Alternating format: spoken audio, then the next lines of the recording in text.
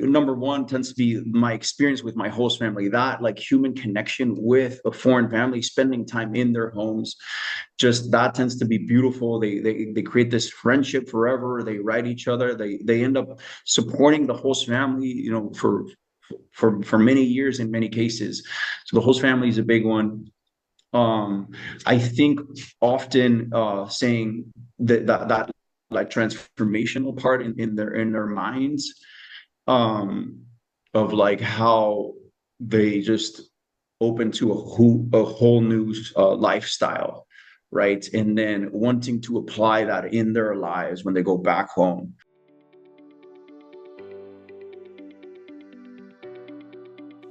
Welcome to the Conscious Solutions Podcast, where we highlight leaders, founders, and practitioners who are shaping the future of healing, recovery, and human transformation. This show is dedicated to the people who help the people, the innovators building clinics, nonprofits, recovery programs, wellness practices, and community-based solutions that create real impact in the world. I'm Brandon Barclay, and over the last 8 years, I've had the privilege of working alongside organizations across the alternative wellness and mental health landscape, from retreat centers and practitioners to nonprofits, recovery programs, and community-driven initiatives. And one thing has become very clear. The people doing the most meaningful work are often the ones with the least support, visibility, and resources. And this podcast is designed to change that by sharing the real stories, lessons, challenges, and breakthroughs from the leaders on the front line of human healing. Thanks for being here, and let's dive into today's conversation.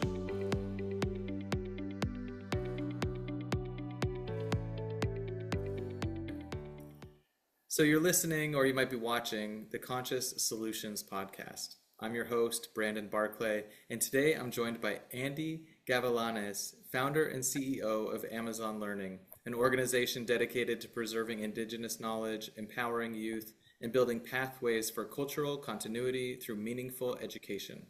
This conversation explores Andy's journey, his mission, and the systems that support cultural transformation. Andy, thank you so much for being willing to jump on the Conscious Solutions podcast with me today, and I really appreciate you spending some time to be here with us. Thank you, Brandon. It's a pleasure as well to be here, chatting with you today and learning about each other and see how we can better support each other. Well, I would love to start with going back in time a little bit. What was it that got you into the desire, the interest to preserve cultural knowledge, wisdom, and education? Yeah, absolutely. So ever since I was a young kid, I was born and raised in Ecuador, in a bicultural environment. So my mother is from the United States, and my dad was from Ecuador.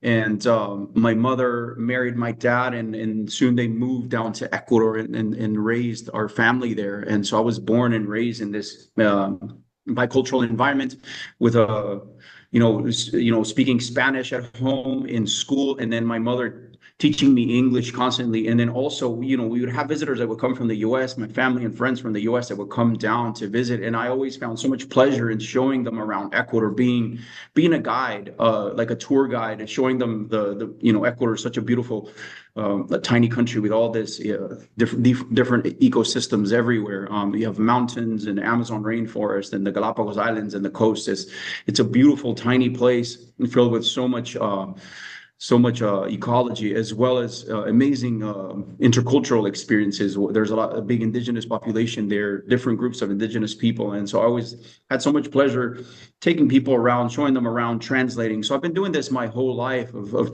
bringing basically outsiders, mainly from the US, but also from other parts of the world, from all over the world, to come to Ecuador and create experiences for them. So I've been doing this since I was a little, very, very small child. And eventually, I turned this into a career. I was a Peace Corps volunteer. I joined the Peace Corps. I was in Guinea, West Africa. That's why I'm in Senegal right now, doing some work here. So I've spent time in West Africa. I've also worked in Asia, in Europe. So I've traveled all over the world, and just seeing all this intercultural experiences that can create so much transformation for people. I've been doing this my whole life. And about 15 years ago, I ended up going into the Amazon rainforest. That's where I met my wife, and we built our home there. And so our home is down in the city called Tena in the Amazon rainforest. And there, um, I started working with the indigenous people, bringing people from other parts of the world to work with this group of the Quechua people, the work in the forest. And over the years, we've been developing and focusing. Before it was our work was focused mostly on creating transformational experiences for people, which is still the case, but we have a stronger focus now, which is learning from the people that work in the forest, close to the forest, the people that are outside, that are working in communities, that are spending most of their days outside working with plants, planting, harvesting, taking care of plants, making medicine, making food from the plants that they harvest, taking care of their forests and their farms and their forest farms. And so it's become a much more of a focus of this, and what we can learn from them and how we can support those communities.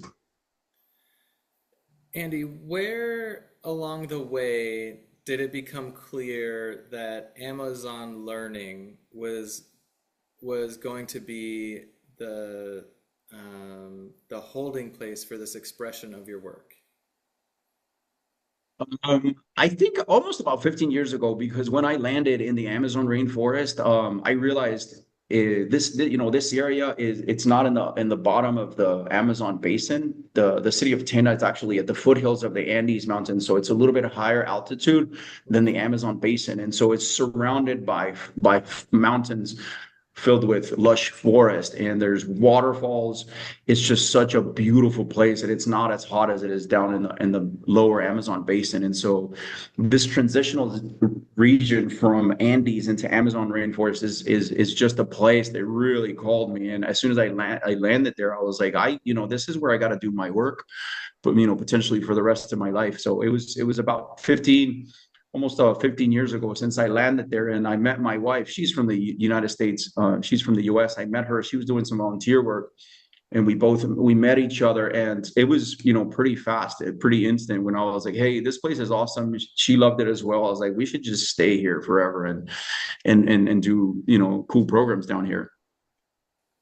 And so this I love that it wasn't necessarily planned, but it's what happened, right? Is how it sounds. And what was it like starting Amazon Learning?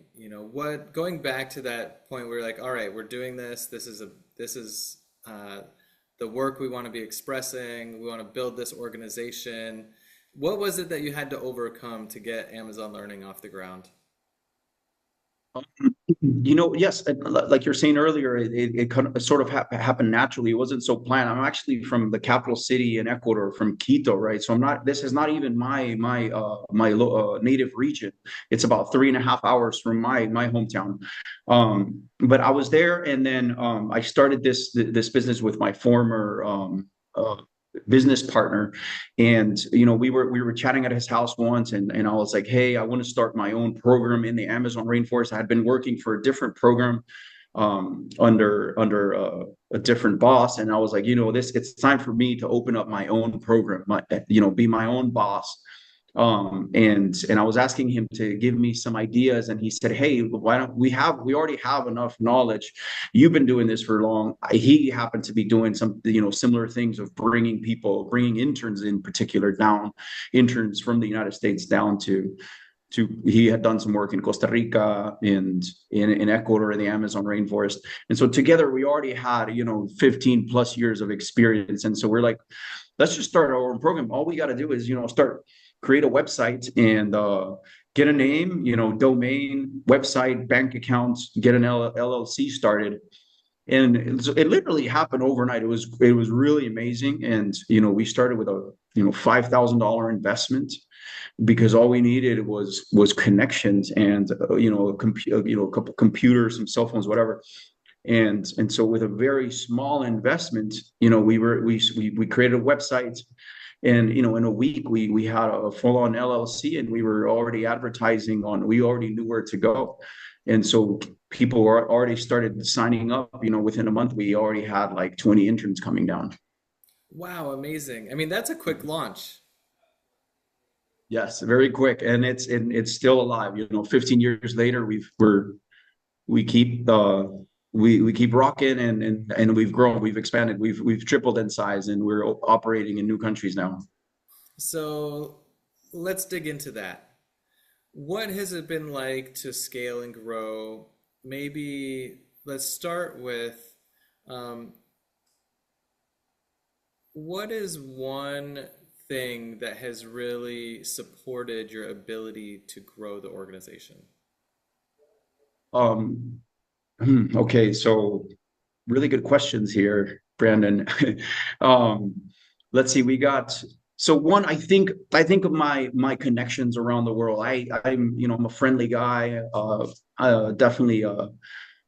Somebody who really likes to create connections. That's why, I was saying earlier, it's so nice to meet you, because, I feel that there's something, a lot can happen from our call today. And that's usually how I treat every every person that I meet. Somebody that I'm impressed by, I try to connect with them, and I have connections all over the world, right? And so it's been quite easy for me to, a partner, a client says, "Hey, do you have any programs in Costa Rica?" It's like, no, but I could probably create one for you. And so I have friends all over the world. I contact people. I say, "Hey, this is what I'm doing. You think we can work something out?" And it's worked out really well. In the when we expanded into Galapagos, the Galapagos Islands. Um, the Costa Rica, and now Senegal. So just look, going down my network, there was a high school that said they wanted a French speaking developing country to go to. And I said, well, I was a Peace Corps volunteer in Guinea, south of Senegal. I've been to Senegal many times. I know the country well. So I just started, looking down my list of people. So that's one, is just like my connections around the world. Um, and I think I think the knowledge, and having the experience, the years of experience, have developed, so many years of really focusing on how to transform people that go on these experiences, right? So focusing on that, many years of experience, and then focusing even deeper with this idea of working um with farmers. I think, it's a needed place in our world today, to to separate from our phones, separate from our computers. Um and and a lot of times, and people are sick, and they're going they're seeking medical advice, and often, they're receiving certain advice that may not be complete. Perhaps, taking a little break, going outside, the importance of sleeping, and being outside, and being in nature, and touching plants, and harvesting, and making your own food, and eating your own food that you've planted, harvested, and created, stuff like this, being in community, being together, being outside without the cell phones. I think this is something that is very needed. And so a lot of people are paying attention to my programs. I think that's why people are signing up. I love that, and thank you, thank you for the multi-pronged answer. So the first point that you made was your relationships are a big part of what's made it possible for you to be where you are today. And then I also heard focusing on the result of your participants, being able to create that transformative experience for them, and just getting really good at that.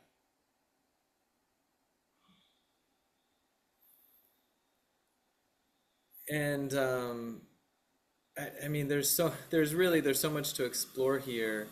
Um, in this growth stage that you're in, how have you found the response to be from your I guess your fan base or the people that follow you or those that have gone on your journeys and experiences, how do they respond to this expansion that you're going through? You mean once they found out that I was growing into new places? Yeah, exactly. I think people get really excited. In general, our participants leave our programs and they feel completely transformed. And sometimes they'll go through very difficult experiences because traveling abroad requires you to get out of your comfort zone and go through some rough moments and culture shock and realizing certain things about the world, about yourself, and dealing with poverty in third world countries. That these are the things that we people are experiencing, which can be shocking. Um, and so sometimes there can be like even some anger, right, during the times, and so that's something that we deal with. And at the same, and so it's very common we go through that cycle of adaptation of a culture shock, and then it starts. You come in a high feeling good honeymoon phase, then you have some culture shock, you go down the U curve, and then you come back up, and then you're feeling good again. And so that we see that happen a lot, and by the time our participants leave our programs, they tend to have gone through quite a strong transformative experience, to the point where they're like, oh, how can I come back? How can I want to come back? I want to, so many of our interns, I would say probably like 40% come back to visit, which is, I think, is huge in our field of study abroad programs and programs of such. People go abroad, they go there once, and they're like, they have a great experience, and they often never go back, because they move on with their lives. But the place Tana is beautiful, and I think our program helps people to create a space so people often come back. There's people that end up living and staying there. We have a few interns that never left, that are still there. One of my employees down there is a former intern of ours, and so I think people really appreciate our program. They keep us dearly in their hearts, and so when I send a newsletter out there, I'm getting tons of responses. People are writing back saying, "Oh, this is so cool. Can I help you? Can I connect you to more people? Can I get involved?" And then the challenge is managing all of these responses, and how to work in an organized manner with that momentum that is created. Yes, and managing information these days is really a task of its own, for sure. Um, Give us an insight on who your traditional client is. Who's that avatar? Yeah, absolutely. So I work, we organize experiences for individuals and groups of all ages. We start with, tomorrow I get a group of 14-year-olds that's arriving here in Senegal, 14 and 15-year-old ninth graders. So that's our youngest group, Wow. right? Wow. We have those are, imagine that. Those are 10-day programs that people come to.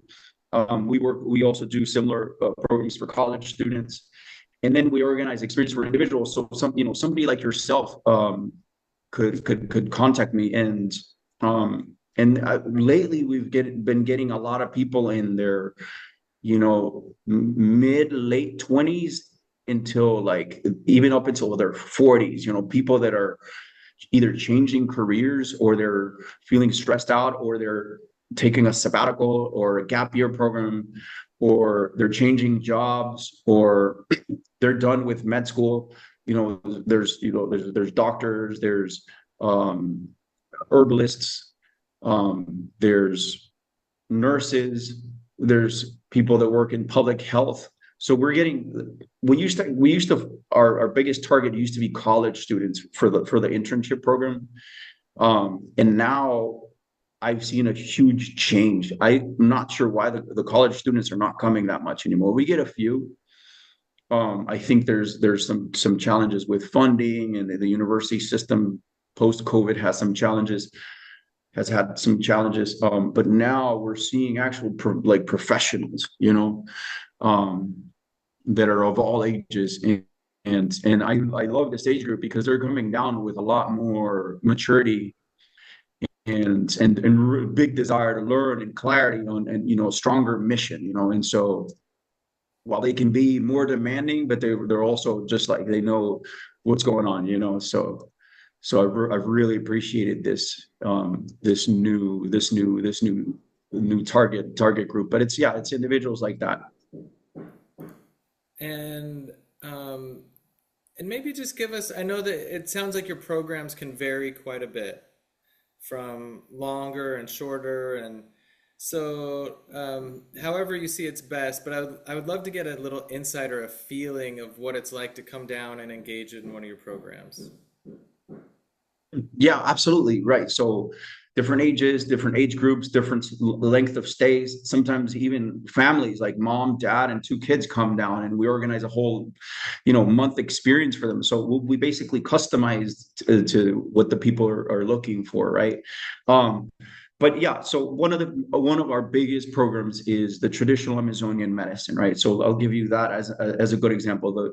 And so we'll get one individual somebody that literally will type in traditional Amazonian medicine or internship or experience, right? And they're arriving into my page, right?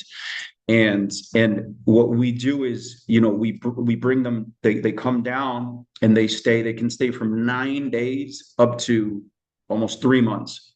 It's usually 2.5 months is the length, right? And they arrive, and so we train them with the other people. We try to get them to arrive at the same time. So we get people from all over the world, from Europe, from Mexico, Brazil, United States, Japan, China. They're coming down. They're meeting together we bring them together in this city of Tena, which is really nice and cozy place. And then we train them for about 3 days, and and then we send them out into the communities, and they'll be, they go out into the communities to spend time to live with these farmer host families, right? And I call them holistic farmers because there is so much more than just farmers. They're actually like, they know the forest, they know the ecosystem, they have the ancestral indigenous Amazonian knowledge. They know the plants. They know how to plant them. They know how to create these agroforestry systems that mimic the forest, and they're filled with food and medicine. And so there's so much information. There's so much to learn there. There's language skills, and people are learning Spanish. They're learning Quechua. They're learning about plants. They're learning about planting, harvesting. So it's the basis is what we call the diversification of the chakra, and the chakra is not as in the yoga chakras, but the chakra is the Quechua agroforestry system, right? So it's like we work with farmers that have diversified agroforestry systems, that have these gardens that are filled with food and medicine. And though, like that, wherever you go in the world, if you find this they exist everywhere. These types of farmers that are close to the land, that know the ancestral plant knowledge of food and medicine, that you're going to have a transformational wild experience, right? Because these people are close to the land, right? And they're living in communities. They're living, and so yeah, so our interns get to live with them, to harvest, to make medicine, to make vapor baths. Learning how they practice in their ceremonies, in their rituals. Waking up in the morning, a guayusa ceremony, this tea that they drink, this caffeinated tea in the mornings. All the way to stinging nettle, like on your skin, like getting whipped by the shaman. Some people choose not to do that one, but there are some that really want to experience the whole thing, right? So yeah, so harvesting, planting, preparing food, preparing medicine, and experiencing it as well. I want to go. We'd um, love it if you join. yeah, I mean, this sounds incredible. Um, and I have to apologize if you hear a saw in the background. There's unplanned construction next door. Oh, I Um, don't hear anything. okay, great. Good to know. Um, what I'm sure you hear your guests report all sorts of takeaways from their experiences, right? What is one of the more common, or maybe what are the kind of top three things that when people leave and they're experiencing this sense of wonder and awe, what are the top three things that you feel like people get from your experiences? Yeah, so I read that in the evaluations and then in the exit interview that we do with them, and usually things that are being reported. Number one tends to be my experience with my host family, that like human connection with a foreign family, spending time in their homes, just that tends to be beautiful. They create this friendship forever. They write each other. They end up supporting the host family, for many years in many cases. So the host family is a big one. I think often saying that like transformational part in their minds, um, of like how they just open to a whole new lifestyle, right? And then wanting to apply that in their lives when they go back home.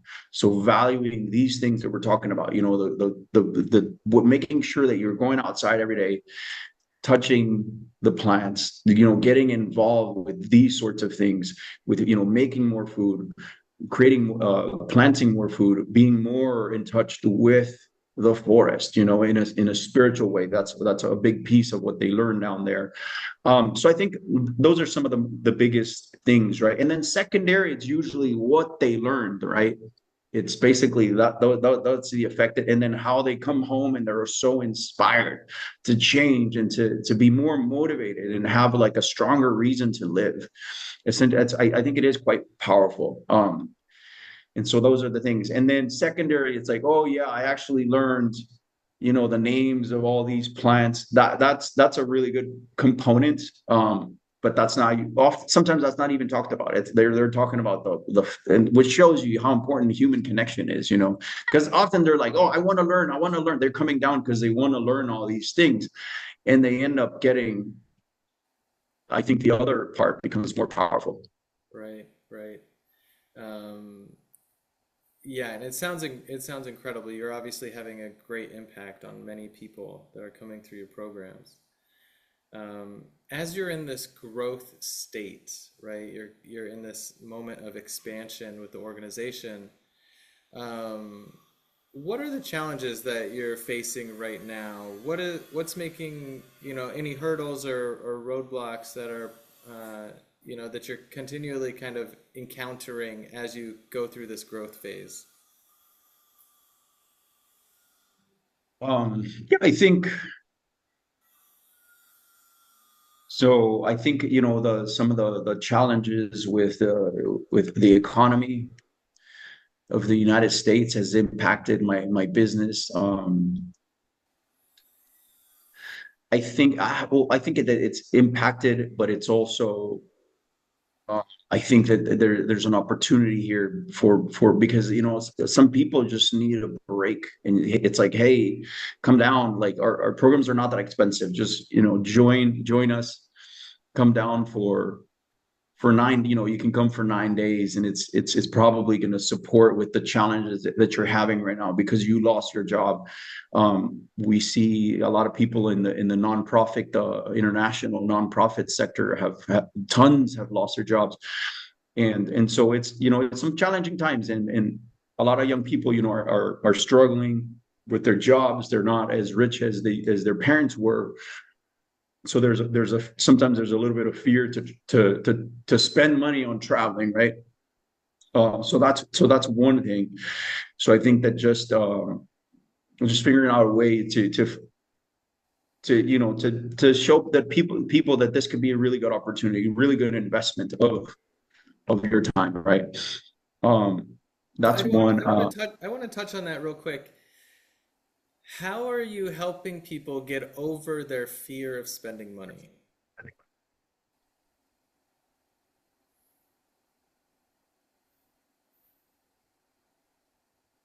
Um, I think I was having a conversation with a person that that was in the midst of like, they applied to the job, to the internship with us, and they said, look, it looks like they just needed a break because they've been looking for jobs. And our programs cost money. In this case, it's like, well, okay, now you're gonna, instead of saving money or getting a job that's gonna pay you money, you're actually gonna spend money, right? But there's this interest. People are feeling saturated, right? And usually, that they're tired, they're stressed out. Um, and they've been this guy, was saying, I've applied already in 2 months to like 50 jobs, haven't heard from anybody, had one interview sort of thing, just like really not finding. And then they see my post, and so they say, okay, well, I want to talk to this guy even though I really don't want to pay to go, right? But once we're talking there, I think that there's a good opportunity to be like, the transformation is so high, and it doesn't have to be for a long time, right? Come down for a little bit, and then you're probably going to come back to the US with your brain rewired, right? Especially especially if you the longer you stay in how you're communicating, and doing some of the ceremonies as well, those are even take you to a whole nother level. um I think that people are coming with their brains rewired and finding new pathways, instead of doing the same thing over and over. And so if you're sitting there applying for jobs every single day without changing anything, that's the definition of insanity. And so it's like, so that's been one thing, so that's one thing I've done. Now, how to get to that's a question I have. How can we get to more people that are not even looking at us, right? That could potentially be like, hey, this is a good idea, and this is going to help me to find a job or find a different career. Right. Yeah, and I love that question also. I mean, every organization faces this, right? How do you get your ideal client in front of you? How do you get into their inbox? How do you get, into their home where they have, your paper on their desk and they're thinking of you, That's we all want to be in that position with our ideal clients. And so I love that inquiry because it's something that all business owners have to go through. We're all looking at that. Whether you're direct to consumer or you're offering business to business services, that's one of the equations that every business has to figure out. Mhm. Um, Mhm. where do you see the future going? What does Amazon Learning look like a year, 2 years, 5 years down the road?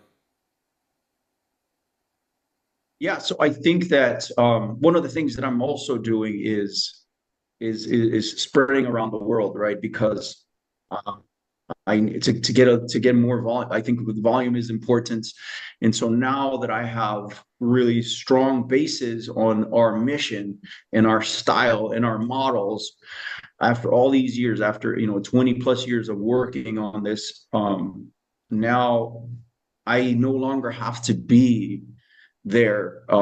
Before when I started down in the Amazon rainforest, it was based on me 100%, right? But now I'm actually in Senegal and I have my team that's running the program there, right? And so I want to replicate that model that I can actually train, create, and then move to the next place, right? Which we've done already in Galapagos, Costa Rica, and the Amazon rainforest. So we got 3 spots.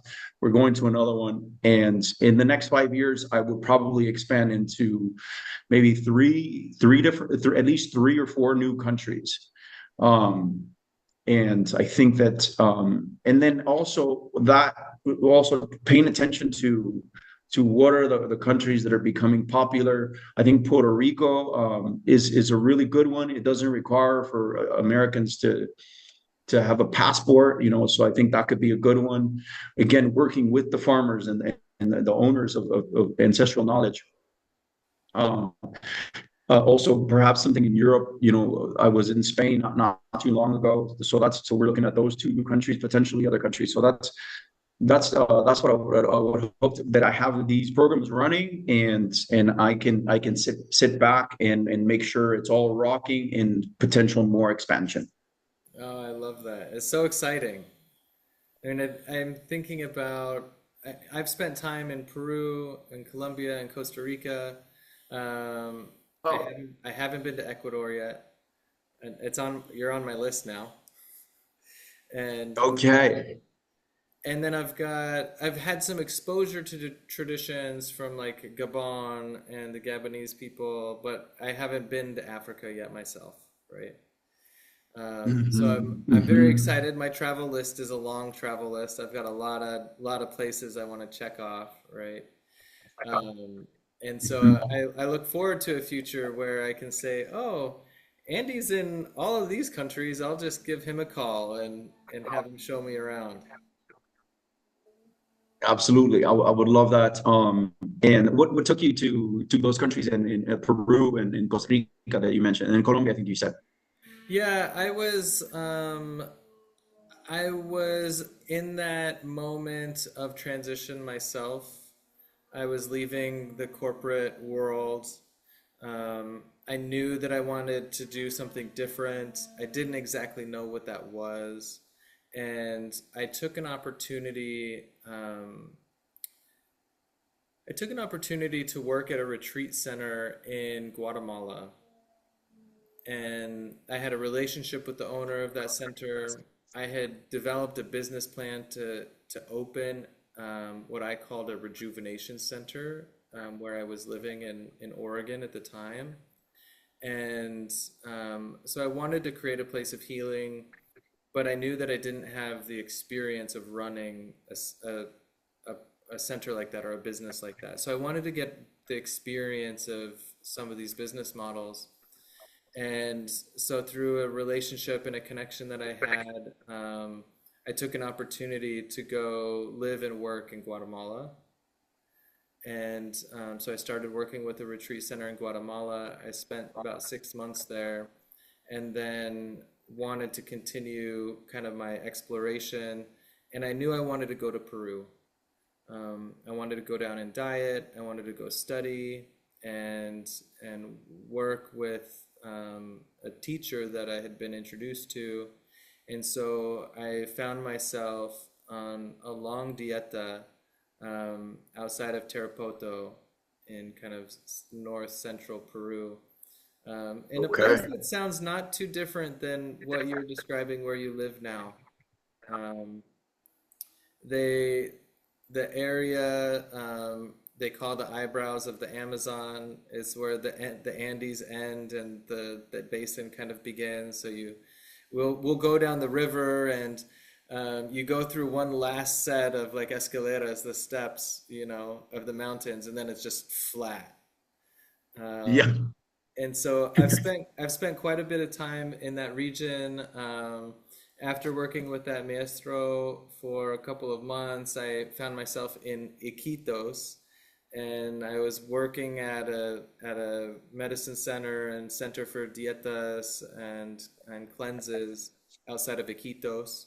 Um, Mhm. and the teacher that I have, his name is Orlando Chujandama, and he's Quechua, and well, Quechua Lamista. And so I've had been building my relationship with him for the last 10 years, I guess now. And so that's what got me down there. Colombia, I was mostly just passing through. I didn't spend as much time there as I had in Peru or Guatemala. And then, I spent some time vacationing in Costa Rica, but I interviewed at two different centers to consider working at. So I went and did on-site visits with two different places in Costa Rica. Um, and yeah, so that's a little bit about my travels down there. Okay. Wow. Awesome. Awesome. Yeah, I've been to Tarapoto. I've been to that area, and it is a little bit similar to Tena, and that's awesome to hear. And how you've stayed connected, and you're still, all of that work is still following you currently where you are right now in Florida. Is that right? That's correct, yeah. And I would say that it's alive in me. And maybe, people don't necessarily realize this, but as you develop these relationships with the plants, they're with you. They stay with you. that awareness, that those senses, um, that relationship is always there. And I really love the that tradition or the study, and you chime in or offer any additions here, but we call it vegetalismo, right? And it's the study of the spirit of the plants. And Uh, I imagine you have something similar up there. Something similar. We call it pacu, but yeah, it's but yeah, tell me more. Well, it's through the process of the dieta that you engage with or you kind of encounter the plants. And you're drinking these plants every day or every other day, depending, and um, you're restricting your diet, you're not eating salt, you might not be eating anything at all, you might be fasting. And through that quieting of the outside world, quieting of the busyness of the mind, we slow ourselves down and we get to a place where we're close enough that we can connect with the spirit of the plant. And Yeah. that's the practice. And as you know, there's so many plants that you can study with and learn from. And I mean, we go down and Orlando's like, we don't need a pharmacy. It grows all around here, you know, and they have a plant for everything. And, it's always humbling. It's amazing to be there. He's a descendant of the Chancas people. His family's been in that region for 1,000 years, and their connection with the plants it's just incredible. Um, Wow. yeah. Wow. Yeah, that's awesome. That's very inspiring, and a lot of what you're saying resonates with the work that we're doing with this idea of and also trying to, since I'm working with people that are coming to learn and understand. So it's taken me 15 years, 15 plus years to understand a lot of these concepts and to translate it into Western terms, into more scientific terms, which can be done so much as well. Science also plays a strong role in this. Like for example, you're when being in the forest is an experience. It's a healing experience, right? The shamans, the curanderas explain, um, the Quichuas, where I work, they talk about each tree is a good spirit, and so when you're in the forest, hanging out with, surrounded by these good spirits, you obtain the good energy, the pahu, they call it, the pahu, Paju, or paju in Spanish, or in pahu in Quichua. The pahu is the gift, of the natural energy that gets into your body. It heals you, and also allows you to heal others. And so it starts with that. It starts just by being in the forest. And so the more you're there, the longer you stay there, the more dietas you do, the more you sit with the plants, the more paku you're going to obtain. And there's so many other methods of doing that. Um, in Western terms, science explains something very similar. Like trees breathe out oxygen, and they breathe out essential oils into the air. They get into your system and create a stronger immune system. There's studies about that. There's an old Japanese study that talks about that. There's also pollen and fungus in the air, and we were breathing these. This is creating a stronger immune system. Also, this idea of when you're in the forest, you can calm yourself down. You can become present by breathing and being there. You can calm your brain down, which also is going to make you healthier, and in turn allow you to help others heal, right? So we see it in a scientific way, but also this idea that plants talk to us. It's like when I first heard that concept, I was like, ooh, okay, interesting. I don't know if how that works, but now now I see it a little bit better. And I was talking to this forest gatherer in north in west in Asheville, North Carolina. I spent part of my time there, half of the year there, half in Tena, in Asheville, North Carolina. A lot of people into the forest and plant medicine there. And this guy that lives off the grid, he lives in the forest in a hut, and he mostly eats leaves from the forest. And he says he walks out there, he'll meditate for days, and then he walks into the forest, and when he's really hungry, and he starts like just grabbing and putting leaves in his mouth. And some leaves are like, okay, oof, that tastes like poison, that tastes like medicine. And then there's one that's like, this one actually, tastes like it probably has vitamins. And so it's like our bodies already know this stuff, right? And so it's connecting. And I think that's what the shamans are talking about. It's like the plants speak to us, and that's a way. It's a way of communicating. And then the more you're present and there, the more you can get here, right? Yeah, absolutely. And I think there's, it's how are we listening, right? And it's not just our ears, but it's our senses, it's with our body, our awareness, where you're putting your attention and your focus, right? All of that is like kind of tuning the antenna. And yeah, and the place you really need to go to the source for a lot of this to really have a true experience with it. The what you get, I'm sure, if you go and visit Ecuador and stay with you, is far beyond what you could ever describe or teach in a class. It's like you have to be there and have the dirt under your fingernails to really understand what's going on.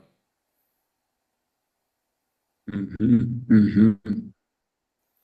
Um, is there anything that you would like to share with the people who are watching or listening to the episode today?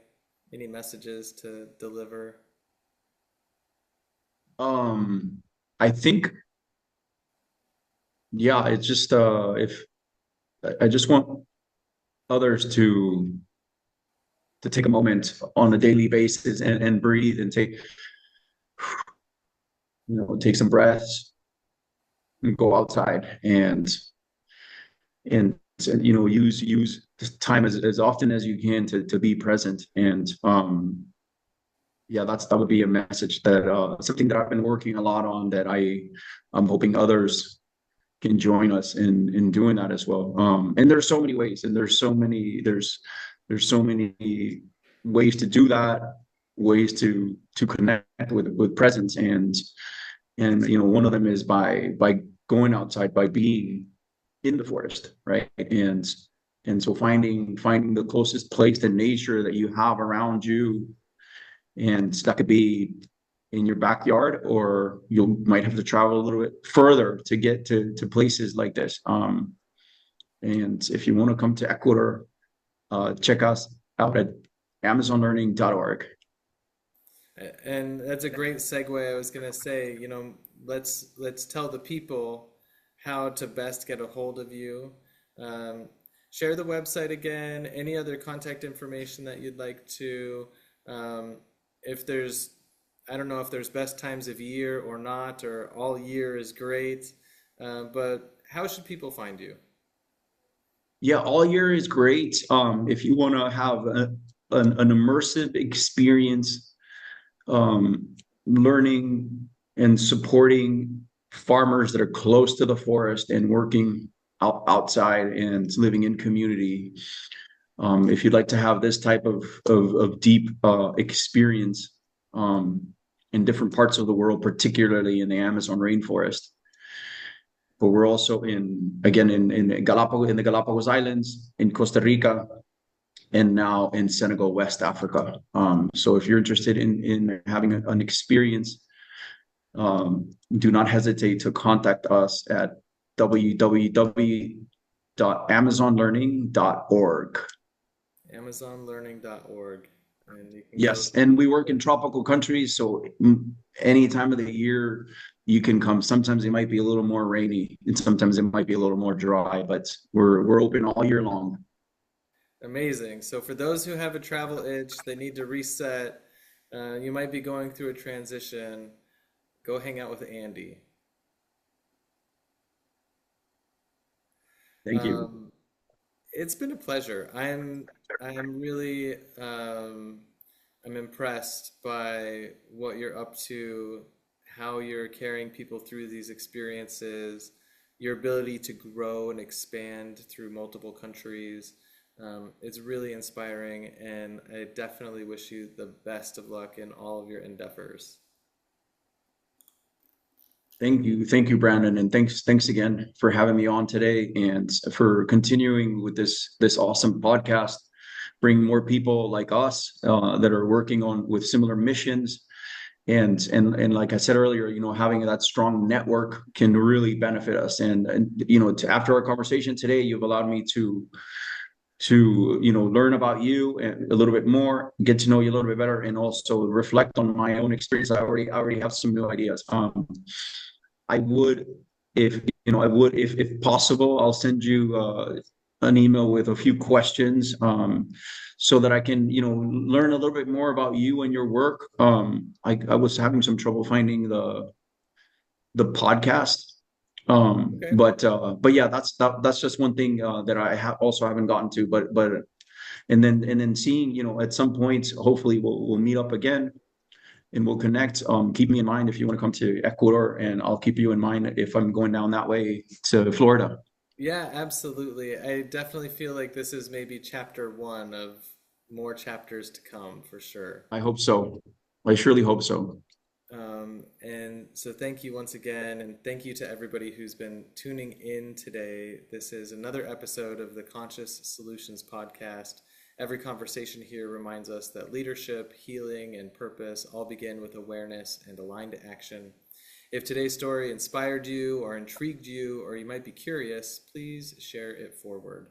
I'm Brandon Barclay, and until next time, stay present, stay curious, and keep building with heart. Thanks for listening to the Conscious Solutions Podcast and for being part of a movement that supports the people who support the people. If today's conversation inspired you, share it forward, follow the show, and stay connected for upcoming episodes. And if you're a founder, a practitioner, or an organization doing meaningful work in the healing or wellness space, or you're looking for support in building systems that help your mission grow, reach out. I'd love to hear your story and explore what's possible. Until next time, stay curious and keep building with heart.